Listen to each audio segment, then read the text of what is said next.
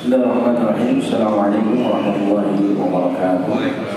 Alhamdulillah, semuanya pujian milik Allah. Nahmaduhu bila mulia wa nasta'inuhu, dan memohon pertolongan kepadanya, wa nastaghfiruh, dan memohon ampun kepadanya.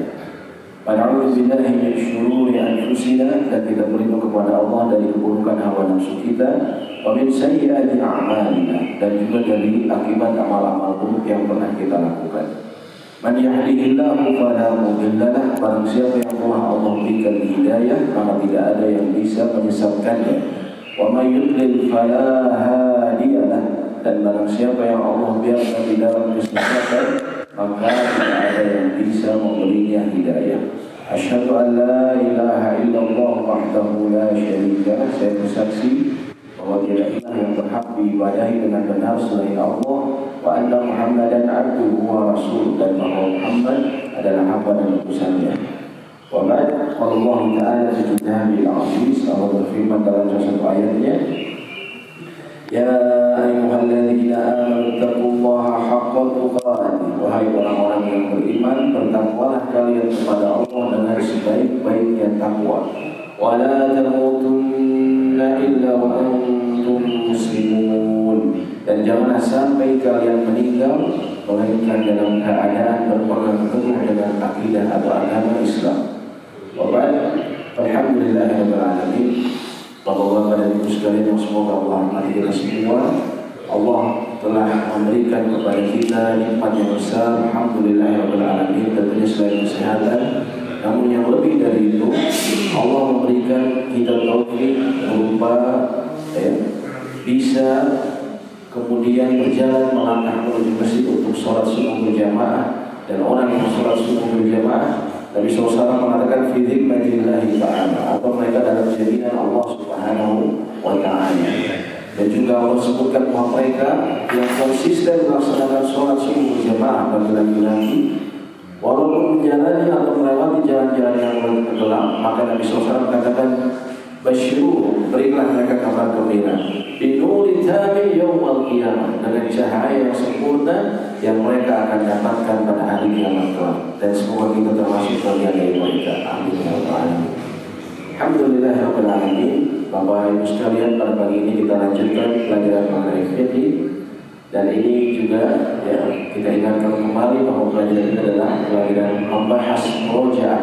Masalah fikih adalah masalah yang penting terutama berkaitan dengan fikih ibadah. Karena Nabi SAW katakan antara lain di zaman kita dan zaman yang akan datang, beliau katakan baina yaday sa'ah, menuju nanti kelak di akhir zaman, di akhir zaman atau akan sa'ah, menjelang kiamat.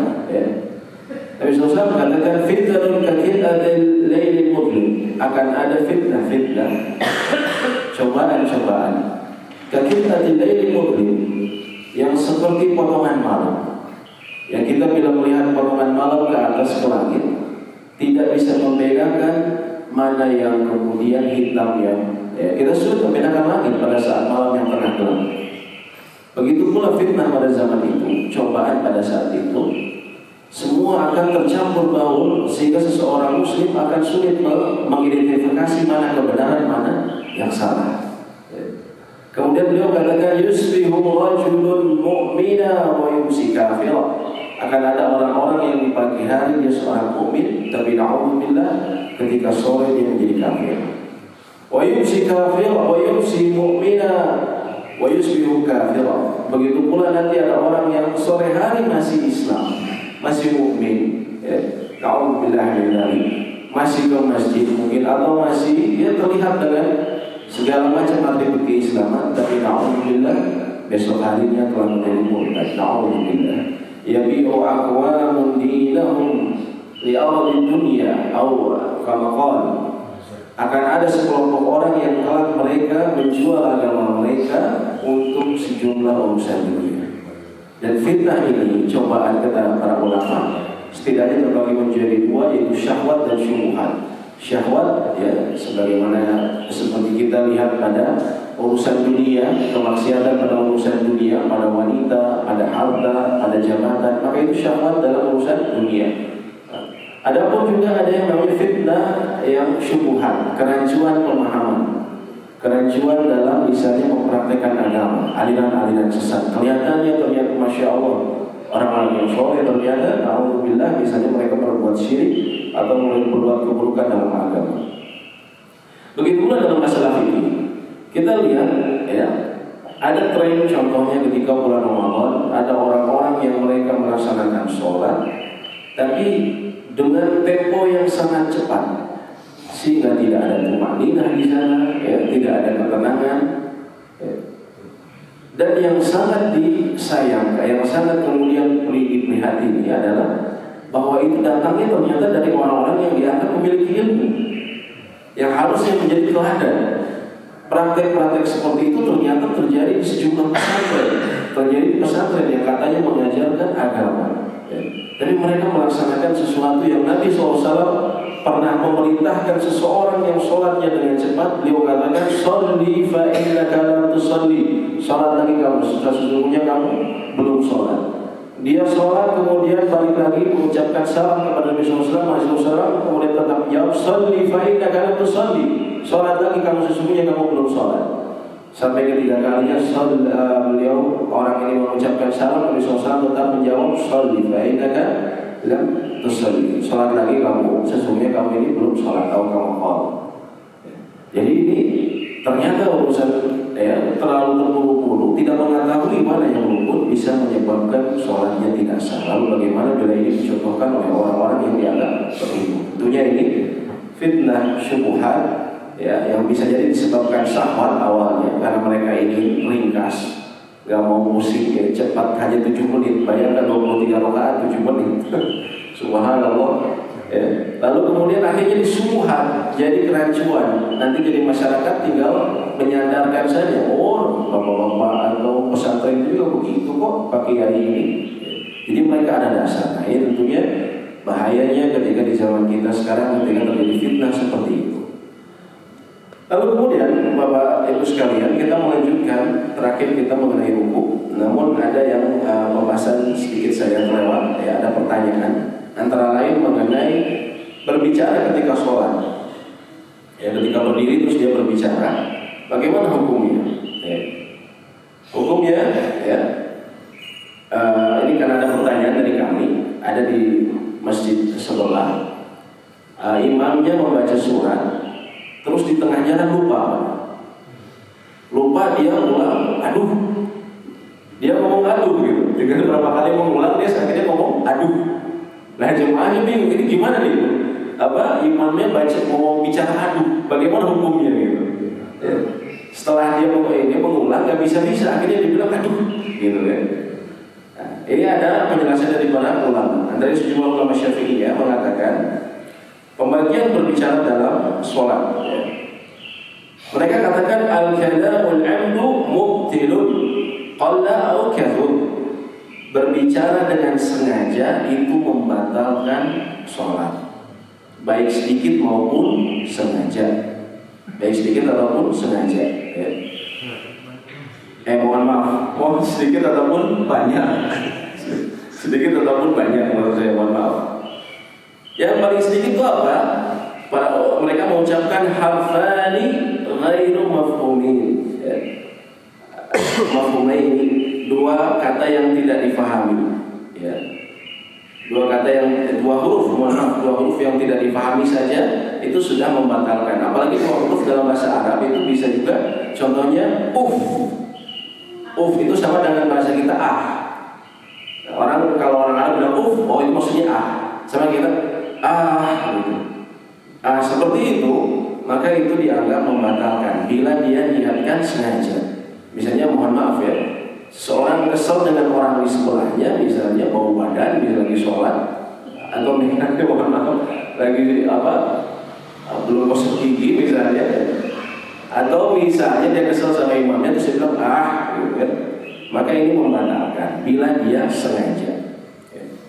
Adapun pembagian yang kedua adalah al-kalamu ghairu amdi, yaitu berbicara tanpa sengaja, ya. Qalilun la tubtilu bihi shalah. Adapun apabila sedikit maka dia tidak membatalkan sholat. Adapun banyak maka dia membatalkan sholat. Sejumlah ulama, sejumlah ulama Syafi'iyah mengatakan batas banyak ataupun sedikit adalah bisiti kalimatin urfiyati fa'aqal. Yang disebut perkataan yang sedikit dan banyak itu batasnya menurut mereka 6 kata. 6 kata secara adat di suatu tempat. 6 kata, Allahu a'lam. Mereka dari mana mengambil dasar hanya saja bisa dianggap sebagai perkataan yang sudah dianggap difahami oleh orang, pembicaraan. Maka bila tidak sengaja, walaupun jarang orang berbicara tanpa tidak sengaja kecuali memang dia lagi ngelamun, benar-benar tidak konsentrasi terus dia bicara, ngelantur. Maka apabila dianggap banyak orang berbicara, maka hal tersebut membatalkan. Adapun bila tidak dan itu terjadi karena tidak sengaja, maka tidak membatalkan. Jadi contoh imam tadi ketika dia mengucapkan setelah dia tidak bisa mengeluarkan ayatnya, kemudian dia mengucapkan aduh, maka ini menurut ulama tidak membatalkan sholatnya karena dia dilakukan tanpa sengaja. Dilakukan tanpa sengaja dan sedikit. Aduh itu adalah satu kata. Ya Allah a'lam bishawab. Lalu kemudian pembahasan kita berikutnya adalah mengenai bangkit dari ruku atau i'tidal. I'tidal itu secara makna bahasa artinya sesuatu yang lurus dan tegak. Sesuatu yang lurus dan tegak. Adapun secara istilah kita ketahui gerakan bangkit dari ruku dengan sujud dari gerakan bangkit dari ruku. Kemudian juga gerakan bangkit dari sujud juga disebut i'tidal dengan tegak dan lurus, Kalau kita sekarang bicara dari ruku, dan dia adalah rukun sholat yang disepakati ulama karena Nabi SAW pernah mengajarkan kepada orang yang tadi yang sholat disuruh diulang sampai 3 kali. Di antara perkataan beliau mengatakan ketika setelah ruku, tsumma hatta tanbahi raqiya, kamu kemudian ruku dengan meluruskan atau dengan tumaninah dengan ruku yang baik. Kemudian beliau mengatakan tsumma rfa' hatta ta'tadila qa'imah.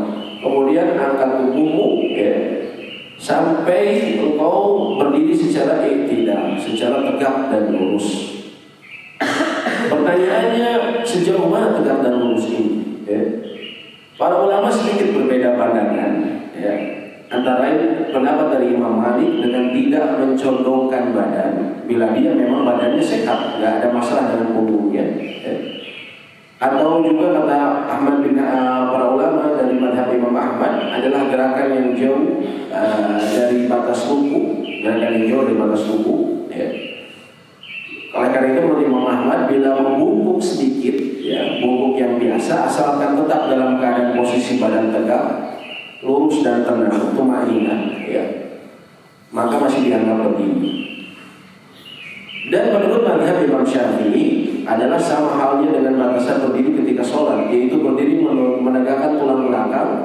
Jika kalau menurut Imam Syafi'i, jika membungkuk atau condong sedikit saja, sekiranya kemudian dianggap ini tidak berdiri, karena dia terlalu condong ataupun bungkuk, maka dia dianggap tidak sah. Dan juga tumaninah dalam i'tidal adalah menegakkan kembali anggota tubuh seperti halnya sebelum ruku. Jadi benar-benar ditegakkan.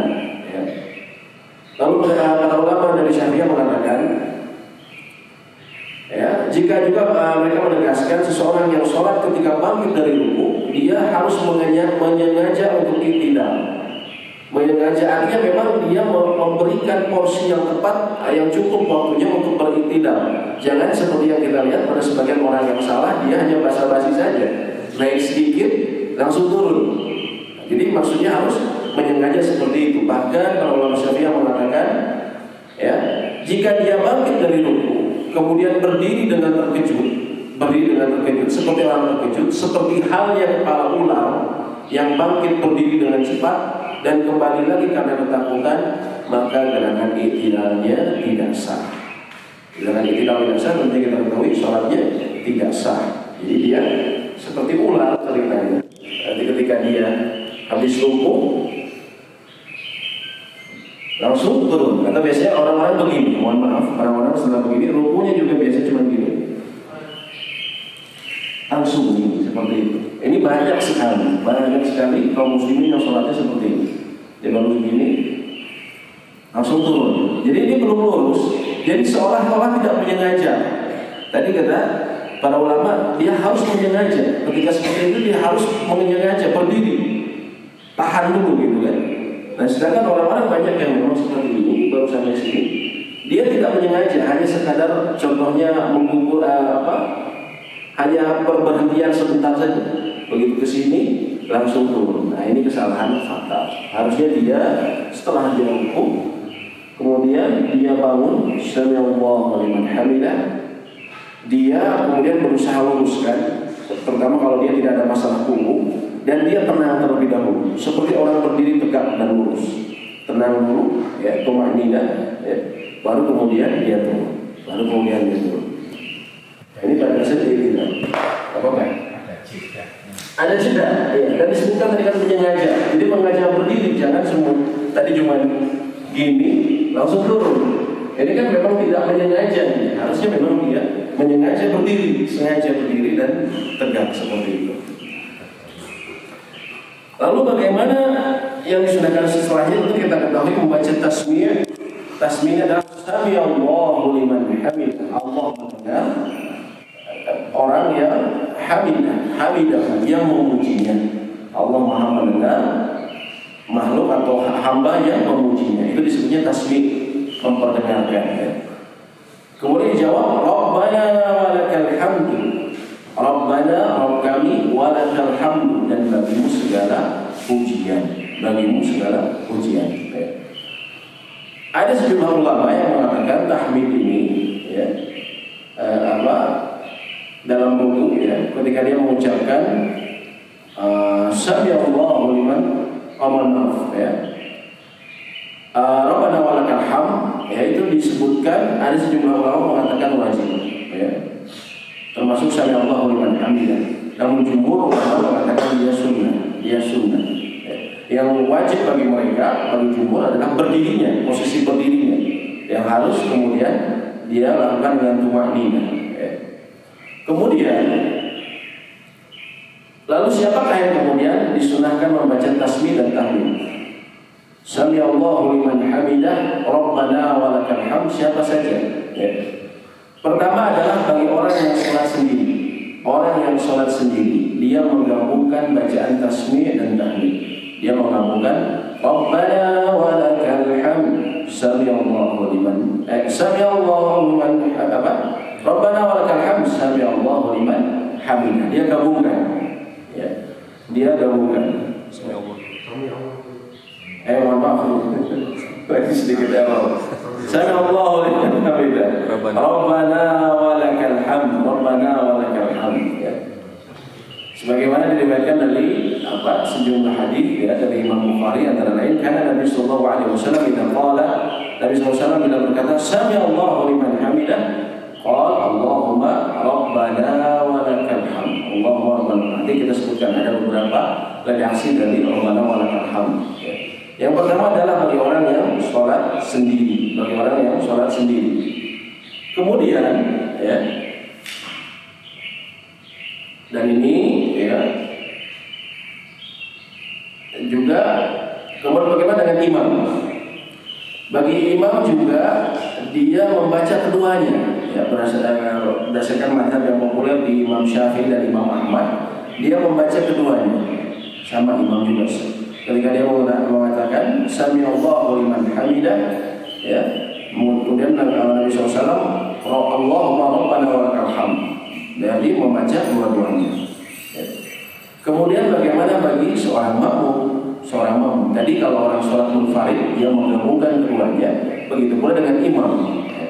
Adapun makmum, maka dia cukup membaca tasbih saja, yaitu sami'allahu liman hamidah. Rabbana walakal hamd, Rabbana walakal hamd. Rabbana walakal hamd. Maka dia cukup membaca Rabbana walakal hamd. Dia tidak perlu mengulang. Ya. Ada beberapa memang orang yang suka ada yang mengulang, namun yang tepat, ya, dia cukup membaca Rabbana walakal hamd. Ya. Karena dalam sebuah hadis riwayat Anas bin Malik, Nabi SAW bersabda, ya, hadis ini kemudian ditulis kembali dalam Nabi SAW mengatakan, wa idza qala, bila imam berkata, sami'allahu liman hamidah, Allah Maha mendengar bagi siapa yang memujinya, faqulu, maka kalian katakan, Rabbana wa lakal hamd, Rabbana wa lakal hamd, Rabb kami dan bagimu segala pujian.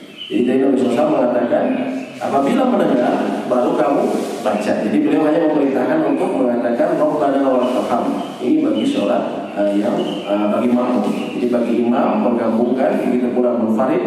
Adapun bagi makmum cukup dia membaca Rabbana wa lakal hamd. Ya, Rabbana wa lakal, saya sebutkan ada beberapa redaksi yang sahih dari lafaznya yang dan juga disyariatkan untuk mengangkat tangan, dan ini sunnah, bukan wajib kalau mengangkat tangannya tidak ideal. Lalu kemudian bagaimana dengan posisi tangan? Kadang setelah ideal ini kita sering dapat ada orang yang begini, ada yang begini, ada yang begini. Terutama kita sedang lihat beberapa pesantren ataupun di Saudi. Di Saudi kalau kita Muslim Arab, orang Saudi banyak yang kayak gini lagi. Setelah Rabbana wa lakal hamd dia begini. Nah, ini memang ada perbedaan pendapat karena mereka perbedaan memahami hadis, ya, bahwa dikatakan bahwa Nabi SAW ketika kemudian beliau i'tidal, beliau kembali ke tempat semula. Nah, orang berbeda. Maksudnya gimana? Tempat semula begini atau begini? Karena tadi sebelumnya kan begini. Nah, jadi perbedaan pandangan. Ya. Sejumlah mazhab dari Imam Syafi'i, Imam Al-Haythami, beliau mengatakan kembali ke sini. Makanya kita lihat kadang ada orang-orang pesantren, dia begini, habis dia ketika ini, Sami'allahu liman hamidah, Rabbana wa lakal hamd, dia begini. Juga ulama-ulama Saudi yang kontemporer contohnya dan mufti dari Saudi Arabia, Syekh bin Baz, dan juga ulama besar dari Saudi, Syekh Muhammad bin Shalih Al-Utsaimin, mereka mengatakan kembali ke sini. Ya. Kalau bicara jumhur, mana jumhur? Adapun jumhur mereka menjumhurkan. Jadi kembali ke semula itu, menurut jumhur, pandangan jumhur mayoritas ulama, kembali ke seperti ini lagi. Ya. Nah, jadi ada juga ulama yang kemudian memberikan pandangan, dia bebas, dia mau begini atau mau begini, tidak masalah. Namun kalau bicara jumhur, mayoritas ulama, mereka disebutnya irsal, melepaskan setelah ruku, tidak, sami'allahu liman hamidah, kemudian dia kembalikan seperti semula. Ya, kadang ada juga orang yang sami'allahu liman hamidahnya itu begini, kayak orang berdoa. Sami'allahu liman hamidah. Ada yang begini. Nah, ini tidak ada contohnya. Nabi SAW, beliau ketika mengangkat sama seperti takbir lainnya, menghadapkan telapak tangannya ke kiblat, menghadapkan tangannya ke kiblat, ya. Ada orang seperti ini, ya. Ini saya sering ketemu. Sami'allahu liman hamidah. Jadi mungkin dia menganggap berdoa, ya. Sami'allahu liman hamidah, Rabbana wa lakal hamd, dia begini. Ya. Terus begini. Ada juga yang begini, yang menunjukkan kesalahan. Kalau ini orang-orang kita sering. Nah, tangannya begini, kayak orang lagi nunggu tamu gitu kan, begini gitu ya. Nah, ini saya sering temu juga ya, setelah dia pas i'tidalnya, tadi cuma begini saja ulama, begini ataupun begini, tapi nggak ada yang begini, kayak nunggu tamu, maaf begini, kayak orang kita nunggu tamu kan, punten mana gitu ya. Orang Jogja ya, orang Jogja orang Sunda juga Pak, gitu ya dia gitu. Kenapa?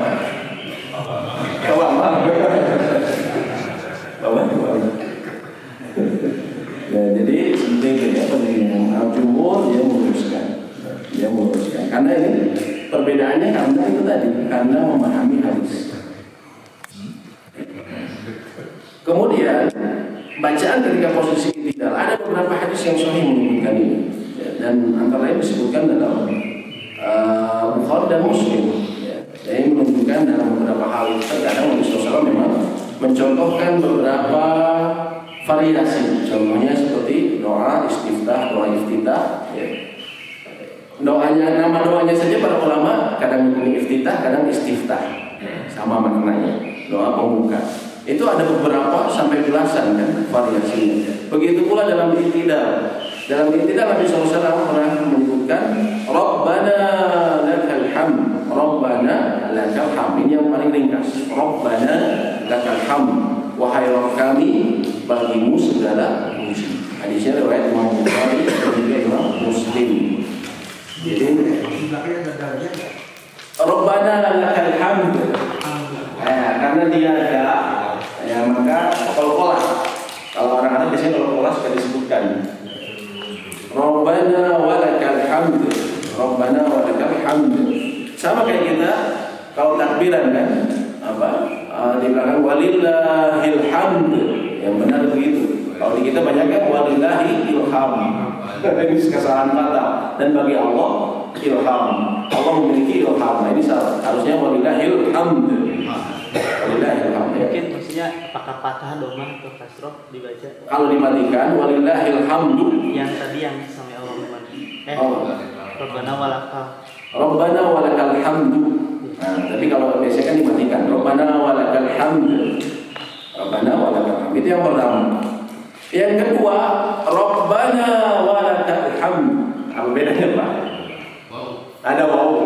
Rabbana walakal hamdu. Rabbana walakal hamdu. Yang ketiga, itu yang kedua tadi, riwayat Imam Bukhari juga. Ya.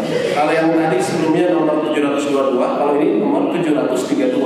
Selisih 10 nomor ya. Adapun yang ketiga, Allahumma Rabbana lakal hamd. Allah, tambahan Allahumma. Allahumma Rabbana lakal hamd. Allahumma Rabbana lakal hamd. Apa arti Allahumma? Ya Allah. Ya Allah, Rabb kami, bagimu segala puji. Bagimu segala puji. Hadis itu riwayat Imam Bukhari nomor 79. Yang keempat, ya, adalah Rabb Allahumma Rabbana walakal hamd. Nah, kalau ini pakai Allahumma, Rabbana pakai wa. Allahumma Rabbana walakal hamd. Nah, jadi ini juga hadisnya sahih riwayat Imam Bukhari juga. Imam Bukhari dan Muslim. Imam Bukhari dan Muslim dalam kitab sahih mereka berdua yang merupakan dua kitab sahih paling sahih setelah Al-Quran kata para ulama. Ini adalah lafaz yang populer. Ada beberapa lafaz lain, ya. Kayak Rabbana lakal hamdu mil as-samawati wa mil al-ardi wa mil ma syi'ta min syai'in ba'd. Rabb kami segala puji segala bagimu, ya, sepenuh langit dan bumi serta sepenuh apa yang di antara keduanya dan sepenuh apa yang kau inginkan dari sesuatu setelahnya. Namun yang paling populer adalah yang barusan. Yang barusan, jadi Rabbana lakal hamdu, Rabbana walakal hamdu, tambah Allahumma. Allahumma Rabbana lakal hamdu, Allahumma Rabbana walakal hamdu. Dipakai wa dan pakai Allahumma. Belakangnya du, nggak dimatiin. Ya, kalau mau nggak dimatiin, du. Tapi kalau mau dimatikan, dikolkolahkan. Rabbana walakal hamd. Nah, dikolkolahkan. Kalau hamd saja, sebenarnya kalau susah, kalau orang matiin hamd saja, sama seperti kasus tadi orang yang takbiran.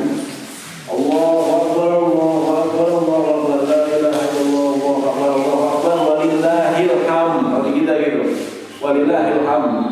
Daknya dia dimatikan, tapi dia tidak dikolkolahkan. Sehingga ketika walillah ilham itu artinya dan bagi Allah ilham. Allah memiliki ilham. Kan nggak nyambung merubah arti.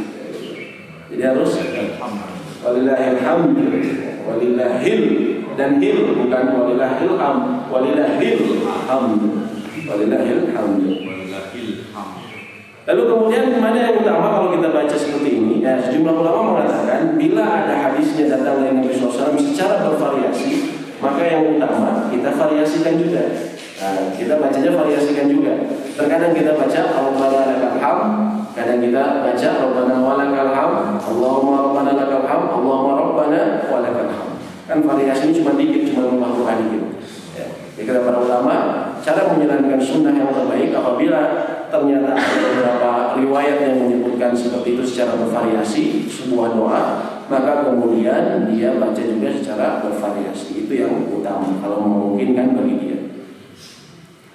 Kemudian berbicara mengenai sujud, kita ketahui sujud adalah dan secara makna bahasa tunduk, ya,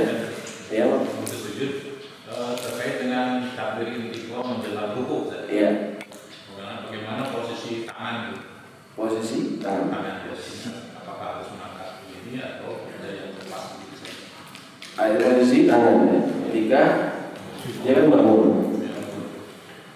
Sami'allahu liman hamidah. Pas mau dari berdiri mau Dari sini?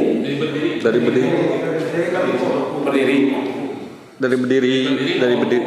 Dari berdiri mau rukuk. dari sini posisinya. Oh, dari sini. Oh, ke sini turun. Ya. Oh, itu sunnah. Disunahkan untuk mengangkat, tapi bukan wajib. Disunahkan. Jadi kalau orang memang capek, Allah, itu boleh. Itu boleh. Itu apa? Sunnah. Dan bukan termasuk wajib. Kalau di tanah suci banyak Pak yang gitu. Biasanya kalau orang kayak yang capek gitu dia langsung turunin biasanya. Begitu rukuk ya. Males ya. Marahin bagus ya Pak. Tapi itu sunnah. Jadi nggak sholatnya tetap sah, tidak sama sekali berpengaruh. Cuman ya tentunya dia kehilangan keutamaan. Sunnah secara aktiviti ini maksudnya ya, secara aktiviti. Kemudian adapun sujud maknanya tentunya kita tunduk merendahkan diri dan meletakkan dahi di atas tanah. Ya. Dan juga ini adalah salah satu bentuk tunduk dan penghambaan diri kepada Allah. Adapun hukumnya dia kita ketahui fardu berdasarkan selain ada hadis-hadis yang tadi menyebutkan mengenai rukun-rukun sholat, juga Allah berfirman, ya ayyuhalladzina amanu ruk'u wasjudu wa'budu rabbakum. Wahai orang-orang yang beriman, rukuklah, sujudlah, ya, dan beribadahlah kepada Rabbmu, kepada Tuhanmu. Dalam surah Al-Hajj ayat 77. Artinya di situ dijelaskan dan banyak sekali kita dapatkan kan mengenai ruk'u wasjudu ya. Itu banyak sekali kita dapatkan ayat-ayat yang menunjukkan disuruh ruku dan juga bersujud ya. Dan bilangan yang wajib dilakukan pada setiap rakaat adalah 2 kali sujud. 2 sujud. Ya, setiap rakaat itu ada 2 sujud. Sehingga bila seseorang dia merasa kayaknya saya tadi baru 1 kali sujud ya. Baru 1 kali sujud ya. Maka dia kemudian dianggap dia meninggalkan rukun, maka dia harus menggantinya. Bukan menggantinya, tapi dia harus kemudian melaksanakannya. Ya. Bagaimana melaksanakannya? Kalau dia ingat di rakaat kedua, aduh saya tadi rakaat pertama ini benar-benar cuma 1 kali sujud. Maka rakaat kedua ini otomatis dia anggap menjadi rakaat pertama. Itu kata para ulama. Menjadi rakaat pertama. Menjadi rakaat pertama. Misalnya habis kita tadi kita begini ya. Kita kan habis ini pertama sujud dari berdiri. Kita sujud. Ya, kita sujud. Kemudian kita duduk. Perasaan kita ini udah duduk, udah sujud 2 kali. Kemudian terkadang langsung berdiri. Lalu dia ingat, astagfirullahaladzim saya tadi cuma sujud 1 kali. Maka otomatis berdirinya dia ini kan harusnya rakaat kedua. Ini jadi rakaat pertama. Yang tadi nggak dianggap rukun. Karena dia meninggalkan rukun. Jadi rukun salah satu cara kemudian ya mengganti rukun ketika kita masih sholat. Kalau lagi udah sholat selesai, kita harus mulai lagi sholat, mengulang sholat. Tapi ketika kita masih sholat, kita sadarnya di rakaat kedua, maka rakaat kedua ini dianggap sebagai rakaat pertama. Doanya kitanya dibaca lagi. Gak usah. Ustaz, nggak bisa diganti dengan sujud sahwi? Gak bisa. Kalau rukun gak bisa diganti sama sujud sahwi. Karena dia rukun, jadi dalam 1 kali 1 rakaat terdapat 2 sujud. Karena dia rukun, ini bedanya rukun sama sunnah. Atau kalau rukun ini sama sekali tidak bisa diganti dengan sujud sahwi. Kalau sebagai imam, makmum sih ngikutin atau mengingatkan. Mengingatkan. Subhanallah. Subhanallah. Dia harus bilang subhanallah. Ya. Dan itu nggak bisa, nanti dia selesai terus dia sujud sahwi nggak bisa. Kalau rukun harus dia kerjakan. Bagaimana kalau dia ingat baru rakaat ketiga? Aduh, rakaat pertama tadi saya yakin ya, bukan ragu-ragu ya. Kalau ragu-ragu itu ada hukum lain. Al-yakin la yazulu bisyak. Keyakinan itu nggak bisa hilang dengan ragu-ragu. Kalau kita ragu-ragu, kayaknya ya sudah kita yakin. Tapi kalau benar-benar kita, waduh saya benar yakin kayaknya tadi rakaat pertama itu saya langsung bangun. Kita baru ingat di rakaat ketiga. Jadi bagaimana? Rakaat ketiga ini kita ini menjadi rakaat kedua. Menjadi rakaat kedua. Ya. Jadi yang pertama dianggap gugur, nggak dianggap. Walaupun kita masih satu rangkaian, tapi tidak dianggap. Ya, diulang. Walaupun masih dalam satu rangkaian tidak dianggap. Yang rakaat pertama. Adapun kalau dekat, kata para ulama, misalnya tadi dia habis sujud, terus dia duduk, dia bangun, dia masih ingat, lah maka dia datangin, langsung dia sujud, lagi. Gitu. Kalau masih dekat, namun kalau sudah berdiri, ya itu dianggap jadi rakaat pertama. Kadang saya sendiri kadang suka merasa gitu, kalau lagi banyak pikiran, lagi capek atau apa kan, habis perasaan tadi sujud cuma sekali gitu kan. Nah tapi kalau cuma perasaan nggak usah di. Tapi kalau yakin, ya, maka kita. Kalau misalkan imam, ya. kalau sudah berdiri tegak, tapi ya. makmum masih duduk mengingatkan begitu. Ya. Apakah imam bagaimana imam harusnya? Kalau imamnya ngerti, dia sudah berdiri tegak, ya dia dianggap rakaat keduanya rakaat pertama. Kalau dia masih dekat, dia turun saja. Ini berbeda dengan ini Pak ya, berbeda nanti ketika tasyahud awal. Tasyahud awal yang kita mau naik ketiga, itu nanti beda lagi hukumnya. Kalau imamnya dia keburu berdiri.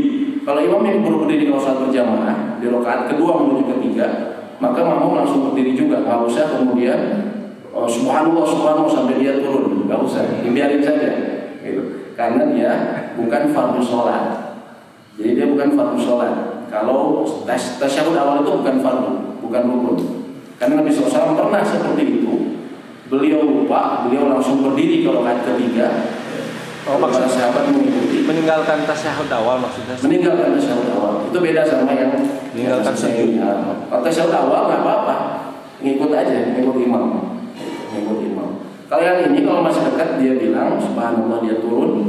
Bila imamnya sudah naik ya sudah itu dianggap sebagai rakaat kedua. Ya kalau memang dia rakaat pertama. Yang satunya dianggap gugur. Kalau imamnya ngerti. Kalau imamnya nggak ngerti gimana Pak? Keburu salah baru ini kenapa bilang subhanallah Pak tadi Bapak baru satu kali sujud. Sedangkan itu rukun. Apa yang harus dia lakukan? Nggak usah diulangi, langsung bangkit lagi, berdiri lagi, sempurnakan satu rakaat. Tapi kan sudah bicara. Nabi SAW beliau pernah dalam satu sholat. Cuman perawi hadis ini lupa, saya lupa dia sholat Nabi SAW sholat zuhur atau asar. Perawinya bilang seperti itu. Hanya saja beliau melaksanakan sholat 2 rakaat. Ketika setelah 2 rakaat beliau salam, assalamualaikum warahmatullahi wabarakatuh. Semua sahabat diam, kecuali seseorang yang memiliki tangan panjang, disebutnya Dzul Yadaini, si panjang tangan. Bukan mencuri, tapi tangannya memang panjang. Hadisnya yang banyak terkenal Dzul Yadaini, hadis Dzul Yadaini, si pemilik 2 tangan. Pemilik 2 tangan. Hanya dia yang berada bicara, ya Rasulullah, apakah sholat telah diringkas menjadi 2 rakaat? Nabi SAW bingung. As-sholat wa Dzul Yadaini, apakah Dzul Yadaini berkata benar? Para sahabat yang mengatakan benar ya Rasulullah. Engkau sholat tadi hanya 2 rakaat. Lalu apa yang beliau lakukan? Beliau kemudian bangkit. Beliau setelah itu tadi ketika ada Dzul Yadaini, beliau begini, ya, disebutkan tangannya begini. Kan kita kalau menuju ke masjid dan sebelum sholat kan kita tidak boleh begini, Pak. Tapi kalau setelah boleh. Setelah sholat boleh. Beliau begini menunggu. Terus Dzul Yadaini tadi bilang, apakah sholat diringkas? Apakah benar kata Dzul Yadaini? Benar. Ya Rasulullah, engkau tadi sholat 2 rakaat. Maka beliau kemudian bangkit dan beliau kemudian menyempurnakan 2 rakaat lagi. Allahu Akbar. Mau ikut langsung. Mau ikut lagi. Padahal sudah bicara. Dan ini sesuai. Padahal sudah bicara. Nah itu jadi hukumnya. Kalau misalnya tadi imamnya sudah dibilang subhanallah, sudah tasbih, dia tetap sampai kemudian salam juga, dia nggak sadar. Ya, terus baru ada orang yang ngasih tahu, ya dia bangkit sempurnakan 1 rakaat lagi. Berdasarkan dari Dzul Yadaini tadi. Allahu a'lam bishawab. Ya. Kalau misalnya tidak mengerti, kita boleh tak itu sendiri, nambah sendiri. Lebih baik diingatkan setelah sholat. Seperti itu.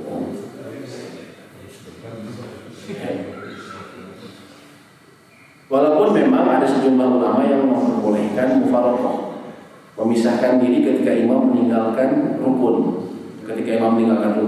Misalnya gerakannya terlalu cepat, itu kan akhirnya jadi nggak rukun, tumaninahnya nggak tercapai. Maka pada saat itu sejumlah ulama ada yang mengatakan boleh kemudian kita mufaraqah.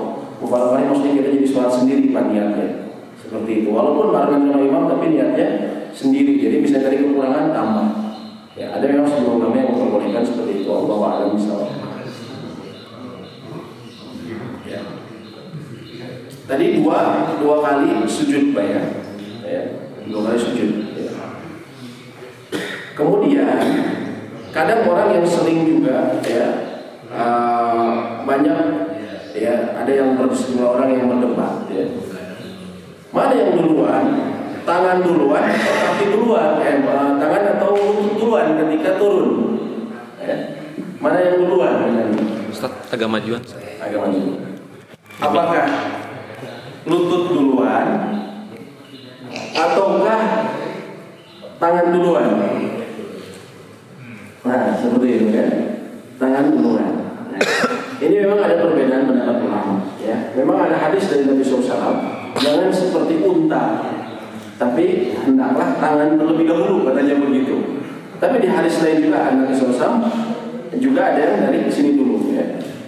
Nah, ini dalam sisi hadis, dalam sisi sumber, dari sumber yang dijadikan dasar, para ulama hadis menyebutkan yang mengatakan lutut duluan dan mengatakan tangan duluan, sama-sama hadisnya sebenarnya ada dhaifnya, ada kelemahannya. Ya. Hadis yang menyebutkan bahwa Nabi SAW ini turun duluan, lutut duluan, ya. Ini juga ada dhaifnya, Wa'il bin Hujr. Dari hadis Wa'il bin Hujr itu ada dhaifnya, ada hadisnya ada cacatnya. Begitu pula hadis yang tangan duluan, itu ada kelemahannya.